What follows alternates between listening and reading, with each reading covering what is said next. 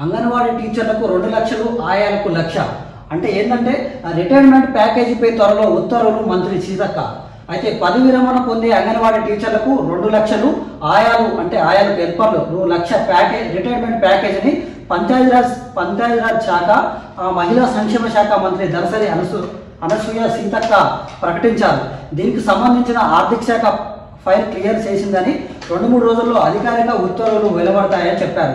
Jubilee hills నియోజకవర్గంలోని రహమత్ నగర్ డివిజన్లో అమ్మ మాట అంగన్వాడీ బాట కార్యక్రమానికి ముఖ్య అతిథిగా విచ్చేసిన మంత్రి సీతక్క ఇకపై అంగన్వాడీ కేంద్రాల్లో ఆంగ్ల భాష బోధన విధానం ప్రవేశపెడతామని వెల్లడించారు.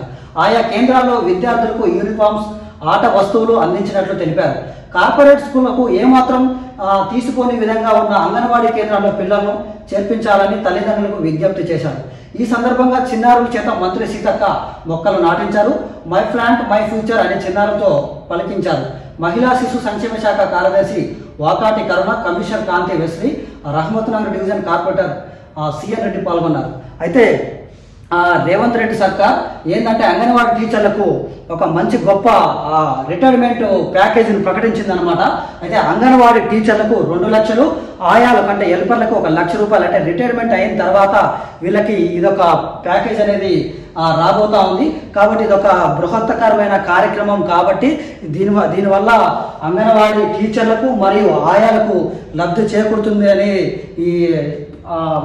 ఆ సంబంధించిన శాఖ మంత్రి సీతక్క చెప్పారు. అయితే గత బీఆర్ఎస్ ప్రభుత్వం హామీ ఇచ్చి మరిచిందని చెప్పి ఈ